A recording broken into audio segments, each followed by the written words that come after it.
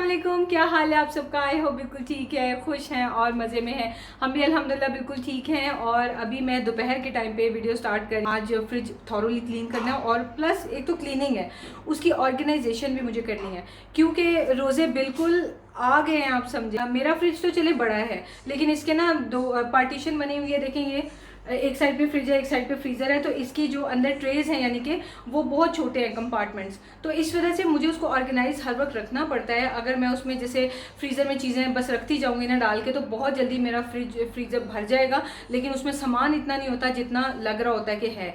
तो खैर उसकी वजह से मैं कंटेनर्स लाई हूँ, इनमें मैं रख के ऑर्गेनाइज ये सारा सामान जो मैं लेके आई हूँ। ये देखिए कंटेनर्स हैं, ये बहुत अच्छे हैं। बेसन मैदा वगैरह जो है ना वो इसके अंदर रख के तो इसमें से यूज़ किया जा सकता है। उसके अलावा ये वाली मेरे पास बास्केट्स लेके आई हूँ और ये देखें इन बास्केट्स में ये रैक भी लगे हुए हैं। जब भी हम कोई फ्रूट या स्पेशली बेरीज वगैरह अगर वो वॉश करके रखेंगे या धनिया पुदीना वगैरह इसके अंदर रखेंगे तो वो फिर नीचे से पानी इनको टच नहीं करेगा। तो टिश्यू रखने की हर दफ़ा ज़रूरत नहीं आपको। ये ड्रेन करने के लिए ऑयल एक्सेस के अलावा मेरी पिज़्ज़ा जो ट्रेज़ हैं वो अब काफ़ी स्क्रैच वगैरह आ गए उनके ऊपर और थोड़ा सा रस्ट भी आ रहा है, जिसकी वजह से मैं उनको फॉयल से कवर करके यूज़ करती हूँ। तो अब मैंने ये हैं जी स्टैकेबल कंटेनर्स, और ये कुछ तो फ्रिज में आएंगे और कुछ फ्रीज़र में आएंगे। तो इस तरह से वो काफ़ी बड़ा साइज़ है और ये सारे एक दूसरे के ऊपर भी स्टैक हो जाएंगे। सो फ्रीज़र में मुझे ये चीज़ें अरेंज करनी बहुत इजी होंगी। ये मैं फ्रीज़र में पे लगाने के लिए लेके आई थी। बैक साइड पे इसके मैग्नेट है और कोई भी आइटम्स मुझे लिखनी है स्पेशली पोर्शन कंट्रोल के लिए लेके आई हूँ, लेकिन आगे देखूँगी कुछ भी लिखना हो तो वो मैं लिख सकती हूँ। अच्छा, उसके अलावा ये कुछ बच्चों के प्रोजेक्ट के लिए हम लेके आई हूँ। आई होप ये आइडियाज़ आपको पसंद आएंगे। अगर आपका डबल डोर फ्रिज नहीं भी है, सिंगल डोर फ्रिज है या छोटा भी है, छोटा हो तो उसके अंदर तो फिर इस तरह से ज़्यादा अच्छे से चीज़ें ऑर्गेनाइज हो सकती हैं कि एक एक दफ़ा कंटेनर लेना, ये कौन सा हर वक्त की इन्वेस्टमेंट है। एक बार आपने लेने और उसके बाद स्टैकेबल होने चाहिए, ये बहुत ज़रूरी है। तो आपके फ्रिज में बहुत सारी स्पेस बनी। ये है जी मेरे फ्रीज़र की कंडीशन, और ऐसा डिसऑर्गेनाइज फ्रीज़र मेरा आपने कभी भी नहीं देखा। वो उसकी वजह ये है कि जो इसमें मैंने कंटेनर्स रखे होते थे, आपने देखा होगा मैं ऑर्गेनाइज़ करके रखती थी, लेकिन एक चीज़ जो मुझे नहीं ज़हन में थी वो ये थी कि फ्रीज़र सेफ़ होने चाहिए, नहीं तो वो फिर फ्रीज़ हो के फिर डीफ्रॉस्ट हो के क्रैक हो जाते हैं। तो मेरे कंटेनर्स क्रैक होना शुरू हो गए थे, तो इस वजह से मैंने उनको तो निकाल दिया, लेकिन फिर उसके बाद ये सारा मेस बन गया। तो ये वाले जो मैं कंटेनर्स लेके आई हूँ, ये -60 डिग्रीज तक ये कंटेनर ब्रेकेज नहीं होगी। सो ये बहुत ज़रूरी चीज़ है कि फ्रीज़र में आपने जो भी रखना है वो फ्रीज़र फ्रेंडली हो। तो बहरहाल जी ये मेरा फ्रीज़र है और ये मेरा फ्रिज है। प्रीटी मच ऑर्गेनाइज्ड है, लेकिन इसको क्लीन करना ज़रूरी है। फ्रिज के लिए मेरे पास कंटेनर्स हैं ये वाले जो माइक्रोवेव सेफ़ हैं, और उसके अलावा ये जो आपको ग्रीन वाला नज़र आ रहा है ये IKEA के हैं, ये भी माइक्रोवेव सेफ़ है। माइक्रोवेव सेफ़ वो होते हैं जो BPA फ्री होते हैं, ठीक है। तो ये मेरा फ्रिज है जो कि प्रीटी मच ऑर्गेनाइज्ड है, लेकिन बस क्लीन कर लूँगी।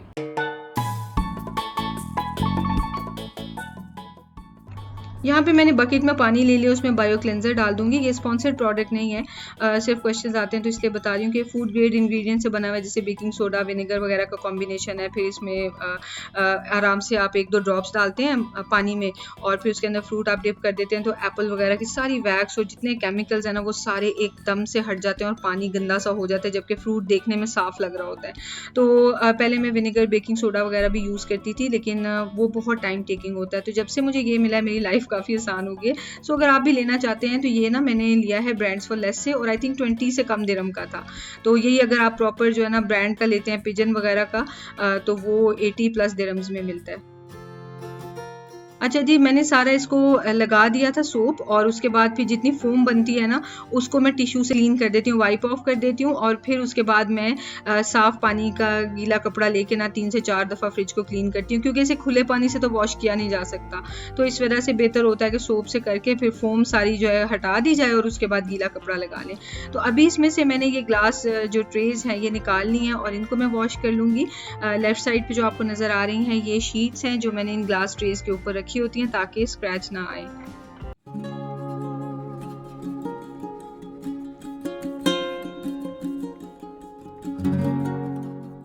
फ्रिज की थॉरो क्लीनिंग मैं एवरी मंथ नहीं करती, मैं 2 से 2.5 मंथ्स या मैक्सिमम 3 मंथ्स बाद एक दफ़ा थॉरो क्लीनिंग करती हूँ। उसकी रीज़न ये है कि हर वक्त फ्रिज का काम होता है तो मैं उसको चेक करती रहती हूँ कि उसमें सारी आइटम्स भी फ्रेश वाली पड़ी हों, कुछ भी रॉट नहीं होने देती। दूसरी बात ये कि बच्चे जो है ना वो इतना ज़्यादा फ्रिज के अंदर हर वक्त खड़े नहीं रहते, तो इस वजह से फ्रिज के अंदर चीज़ें नहीं गिरती हैं। तो कुछ मुझे निशान नज़र आए या कुछ भी चीज़ गिरे तो मैं साथ ही उसे क्लीन करती जाती हूँ। सो इस वजह से अभी भी आप देखें फ्रिज साफ़ ही नज़र आ रहा है, बस सिर्फ एक ही है कि साबुन लगा के अच्छे से ज़रा उसकी थॉरो क्लीनिंग जो है वो ज़रूरी थी, तो वो कर रही हूँ बस। टिश्यू से सारी ये फोम हटा दूंगी। उसके बाद ये होगा कि गीला कपड़ा जो है ना, नहीं तो अगर आप लगाएंगे और उस फोम के ऊपर लगाएंगे तो फोम फैलती चली जाएगी और बहुत मुश्किल हो जाता है। तो ये इजी तरीका मुझे लगता है।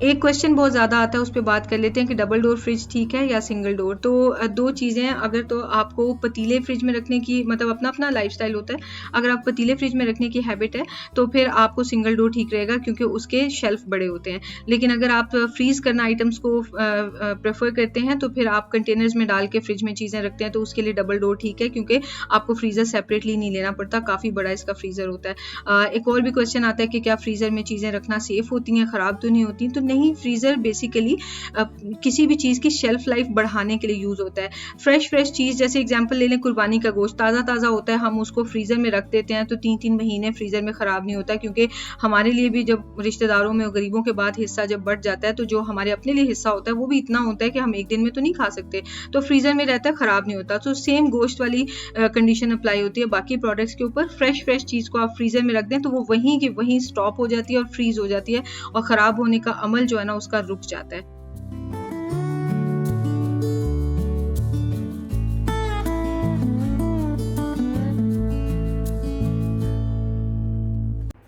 अस्सलाम वालेकुम। आज है सेकंड डे और कल तो इतना थक गई मैं रात को काम कर करके, तकरीबन मैं 12:30 फ्री हुई थी। फ्रीज़र की क्लीनिंग इतना टाइम टेकिंग नहीं होती जितना उसको ऑर्गेनाइज करने में टाइम लग गया था, क्योंकि काफ़ी टाइम के बाद मैं उसे ऑर्गेनाइज कर रही थी और कंटेनर्स वगैरह भी नए लेके आई हूँ, तो पहली दफ़ा उसमें चीज़ें डाली हैं तो देखना क्या चीज़ कहाँ रखनी है, क्या चीज़ किस में आनी चाहिए।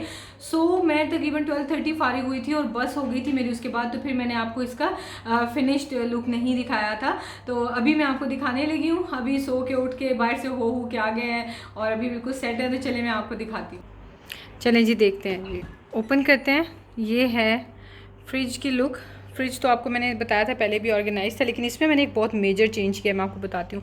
पहले तो ये पिकल्स हैं, ये यहाँ पे रखे हुए मैंने डोर में, पहले ये यहाँ पे हुआ करते थे, तो ये वाली स्पेस अब मेरे लिए बच गई है, क्योंकि छोटे छोटे से इस तरह के कंटेनर्स पैकेट्स वगैरह होते हैं जो इसमें डालने होते हैं, तो इस वाले कंटेनर में अब ये चीज़ें एक जगह सिमट गई हैं और यहाँ पर एग्स ऊपर पड़े रहेंगे।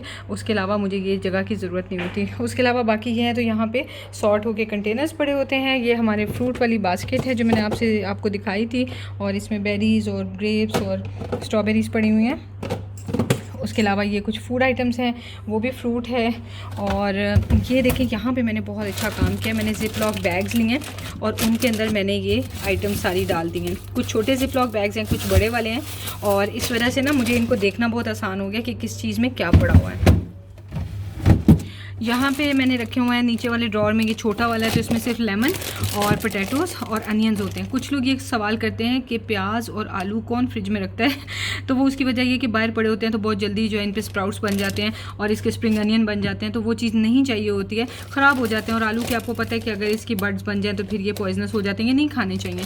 तो इस वजह से मैं फ्रिज में रखती हूँ तो 2-2 हफ्ते भी पड़े रहें तो ये आलू ख़राब नहीं होते। तो इनको भी मैंने जिप लॉक बैग में डाल के रख दिया, तो अब मुझे सॉर्ट करना बहुत आसान है, मुझे नज़र आ रहा है देखने से कि कौन सी चीज़ कहाँ पे पड़ी है। उसके अलावा यहाँ पे सारा हमारे ब्रेकफास्ट आइटम्स हैं और यहाँ पे मिल्क और ड्रिंक्स वगैरह हैं, और ये जो है ये सारे इसमें स्पाइसेस वगैरह होती हैं और जो सॉसेस हैं वो होती हैं। तो ये है जी मेरा फ्रिज का व्यू। अब आते हैं फ्रीज़र की तरफ। फ्रीज़र बहुत अच्छे से ऑर्गेनाइज हो गया। पहले सारा यहाँ पे सब कुछ जैम पैक्ड हुआ था और एक दूसरे के ऊपर सब चीज़ें पड़ी हुई थी, कुछ समझ नहीं आता था क्या है, क्योंकि मेरे कंटेनर्स टूट चुके थे तो इसलिए मेरा फ्रिज ऑर्गेनाइज नहीं था। ये वाले कंटेनर्स तो पहले के ही थे। ये एग जो कंटेनर्स होते हैं ना, ये वो हैं और इनके अंदर मैंने फ्रोज़न आइटम्स डाल दिए हैं। कबाब हैं, नगेट्स हैं, चिकन फिंगर्स वगैरह इसके अंदर है, और जो थोड़े थोड़े हैं फ्राइज़ और जो चीज़ है वो मैंने यहाँ साइड पे रख दिया है। उसके अलावा ये कंटेनर्स हैं, ये सारे स्टैकेबल हैं, जैसे कि मैंने आपको वीडियो में दिखाया था। तो वहाँ पीछे स्प्रिंग अनियंस पड़े हैं और ये ऊपर बेल पेपर्स पड़ी हैं और ये फ्राइड अनियन है और ये भी बेल पेपर्स हैं। इसके अलावा ये वाली जो है इसमें पड़े हुए हैं डेट्स, खजूरें, और उसी तरह ये जो नीचे कंटेनर्स हैं इसमें पड़े हुए हैं इस तरह करके आपको दिखा देती हूँ। इसमें मिंट क्यूब्स हैं, रायता के जो क्यूब्स हैं, और इसमें फ्रोज़न कॉर्न है, इसमें फ्रोज़न पीज़ हैं और इसके अंदर फ्रोज़न बीन्स हैं। और ये वाले जो नीचे कंटेनर है इसके अंदर जिंजर और गार्लिक पेस्ट है और साथ में ये पपाया पेस्ट है रॉ, और साथ में थोड़े से फ्रोज़न टोमेटोज़ वगैरह हैं वो मैंने, और पालक है वो मैंने इसमें डाल के यहाँ रख दिया है। तो ये वाले जो सारे कंटेनर्स हैं ना, इसमें सिर्फ ये ऊपर वाले कंटेनर में मेरे जो है ना मैरिनेट्स पड़े हुए हैं, बाकी नीचे सारे कंटेनर्स खाली हैं, ठीक है। और ये भी कंटेनर, ये भी सारी जगह खाली है, ये भी सारी खाली है, और यहाँ पे ये भी सारा कुछ एम्प्टी है। ये देखें, बस यहाँ पे पराठे और टोटिया रैप्स पड़े हुए हैं, और बस ये जो मैंने आपको दिखाया था नीचे जिसमें मेरे ड्राई फ्रूट थे तो वो यहाँ पे मैंने रख दिए। ये भी सारा इसमें बड़े अच्छे तरीके से ऑर्गेनाइज हो गया। नीचे ड्रॉर की तरफ चले जाते हैं। ड्रॉर में मैंने यहाँ पे ऊपर वाले ड्रॉर में सारा आपको मीट नज़र आएगा, हर तरह का जो भी मीट है, रेड मीट या लीन मीट, और ये जो नीचे वाला ड्रॉर है इसमें सी फूड होगा। इसको बंद करना पड़ता है, नहीं तो ये बीप करना शुरू हो जाता है। तो ये जो मैंने खाली कंटेनर्स रखे हैं ना, ये बेसिकली इससे रखे हैं कि मेरी रमज़ान प्रेप इनमें आ जाएगी, और वो भी मुझे शॉपर्स में डाल डाल के ऐसे ऐसे स्टैक अप इधर उधर रैंडमली ठूंसनी नहीं पड़ेगी। और ये सेपरेट जगह सेंटर में भी थोड़ी सी है, इसको भी मैं यूटिलाइज़ कर सकती हूँ। और ये टमाटोज़ वगैरह जो हैं ये यूज़ हो जाएंगे, नहीं भी यूज़ होते तो इनको मैं यहाँ पर रख सकती हूँ। और ये सारा का सारा मेरे पास फ्रीज़र के 2 सेक्शंस, बल्कि कह लें 2.5 सेक्शंस, और आधा फ्रीज़र का जो डोर है वो सारा मेरे पास रमज़ान प्रेप का हो गया। लेकिन इतनी तो प्रेप करनी भी नहीं होती, इतनी चीज़ें बनती भी नहीं। सो मेरे कहने का मतलब यह है कि बहुत इजीली यहाँ पे सब कुछ ऑर्गेनाइज हो जाएगा और रमज़ान प्रेप सुकून से आ जाएगी। तो ये चीज़ है। बाय द वे ये बीच में नज़र आ रहा है, ये मैं अपने फेस के लिए यूज़ करती हूँ। तो जब ज़्यादा ऑयली होता है फेस तो इसे यूज़ करती हूँ, तो इससे मेरा फेस का ऑयल जो है ना वो काफ़ी कम हो जाता है। तो ये थी आज की वीडियो, आई होप आपको अच्छी लगी है। अगर आपको ये वीडियो अच्छी लगी है तो प्लीज़ लाइक करें, और अगर आप चैनल पर नए हैं तो सब्सक्राइब करें और बेल आइकन को क्लिक करके ऑल का बटन प्रेस करें, तो फिर आपको सारी नोटिफिकेशन आएंगे। अगर ऑल को प्रेस नहीं करेंगे तो फिर नोटिफिकेशन शायद नहीं आती, कभी आती हैं कभी नहीं आती। 1 से 2 वीडियोस में इंशाल्लाह रमज़ान प्रेप शुरू होने लगी है, और डेली इंशाल्लाह रमज़ान प्रेप की वीडियोस आएंगी। बहुत ईजी प्रेप है लेकिन इतनी इफेक्टिव होगी कि आपको मज़ा आ जाएगा। और जो भी क्वेश्चन आंसर्स हैं, जो भी आपको पिछले रमज़ान में फ्रीज़र में प्रेप करते हुए अगर आपको कोई क्वेश्चन हैं, कोई कंसर्न्स हैं, तो प्लीज़ इसी वीडियो के नीचे लिख दें, ताकि मैं उन वीडियोज़ में उस टॉपिक पर भी बात कर सकूँ, ठीक है। तो इंशाल्लाह आपसे मिलते हैं नेक्स्ट वीडियो में। दुआ में याद रखें, अपना ख्याल रखें, टेक केयर, अल्लाह हाफिज़।